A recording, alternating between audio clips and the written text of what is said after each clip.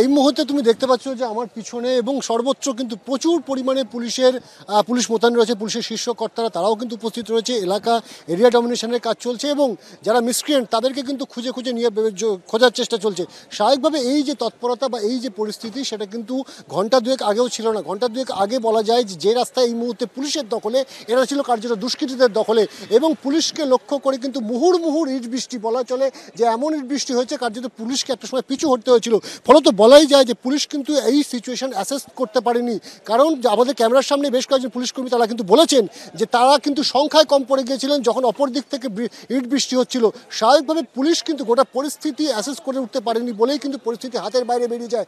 এই মুহূর্তে তুমি দেখতে পাচ্ছ যে পুলিশের একটা বিরাট অংশ তারা সামনের দিকে দাঁড়িয়ে রয়েছে এবং তারা গোটা পরিস্থিতি, যারা এখানে উত্তপ্ত বাক্য বিনিময় করছে তাদেরকে আশ্বস্ত করবার চেষ্টা করছে, পরিস্থিতি নিয়ন্ত্রণে আনবার চেষ্টা করছে যাতে নতুন করে কোনো ধরনের অপ্রীতিকর ঘটনা না ঘটে। পুলিশের শীর্ষকর্তা তারাও এখানে রয়েছেন এবং বিশাল পুলিশ বাহিনী এখানে মোতায়েন করা রয়েছে যাতে কোনোভাবে নতুন করে আর উত্তেজনা না ছড়ায়। এখন সেটাই চেষ্টা করা হচ্ছে পুলিশের তরফে। বিভিন্ন জায়গায় পুলিশের গাড়িতে ভাঙচুর, অগ্নিসংযোগ থেকে শুরু করে পুলিশ আক্রান্ত হওয়ার ঘটনা সমস্ত কিছু। যে সমস্ত পুলিশ কর্মীরা আমাদের ক্যামেরার সামনে কথা বলেছে অন্তত তাদের কথাতে তো সেইটাই পরিষ্কার হচ্ছে যে পরিস্থিতি কিন্তু অ্যাসেস করতে কিছুটা অক্ষম হয়েছিল কলকাতা পুলিশ এবং সে কারণেই কিন্তু তাদেরকে কিন্তু এই প্রাথমিকভাবে এই হামলার শিকার হতে হয়। এবং এই মুহূর্তে তুমি দেখতে পাচ্ছ যে এরিয়া ডমিনেশনের জন্য বিশাল ফোর্স, সেই ফোর্স কিন্তু দফায় দফায় ঢুকছে এবং যে জায়গাটা মূল কিন্তু এই অশান্তির কেন্দ্রবিন্দু সেই দিকে কিন্তু ফোর্স যাচ্ছে। তোমাকে জানিয়ে রাখবো যে পুলিশের তরফ থেকে এই মুহূর্তে গোটা এলাকায় শান্তি শৃঙ্খলা পুনরুদ্ধার করা যায় সেই বিষয়টাকে জোর দেওয়া হচ্ছে এবং বিপুল সংখ্যায় ফোর্স কারণে কিন্তু মোতায়েন করা হয়েছে। তুমি দেখতে পাচ্ছ যে গোটা রাস্তা কিন্তু কার্যত লালে লাল রয়েছে, ইটের দাগ, ইট বিভিন্ন জায়গায় ভাঙা ইট, কাঁচের টুকরো সেগুলো পড়ে রয়েছে এবং পুলিশের যে টিয়ার শেল ফাটানো হয়েছে সেই টিয়ার শেলেরও কিন্তু প্রচুর দাগ রয়েছে এখানে।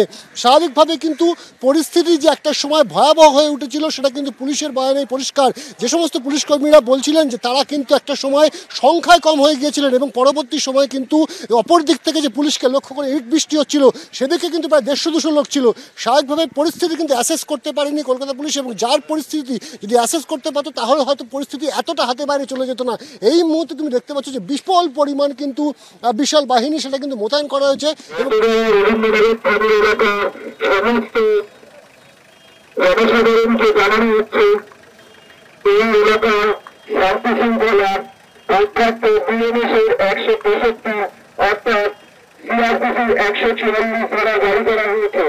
এই আইনের বিধান অনুসারে 5 জন অথবা তার বেশি ব্যক্তি এক জায়গাতে জমায়েত করা সম্পূর্ণভাবে নিষিদ্ধ।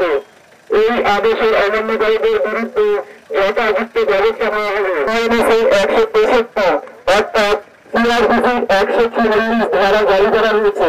এই আইনের বিধান অনুসারে 5 জন অথবা তার বেশি ব্যক্তি এক জায়গায় জমায়েত করা সম্পূর্ণভাবে নিষিদ্ধ। এই আদেশের অমান্যকারীদের বিরুদ্ধে যথাযথ ব্যবস্থা নেওয়া হবে। 144 ধারা জারি করা হয়েছে। এই আইনের বিধান অনুসারে 5 জন অথবা তার বেশি ব্যক্তি এক জায়গাতে জমায়েত করা সম্পূর্ণভাবে নিষিদ্ধ। এই আদেশের অমান্যকারীদের বিরুদ্ধে যথাযথ ব্যবস্থা নেওয়া হবে।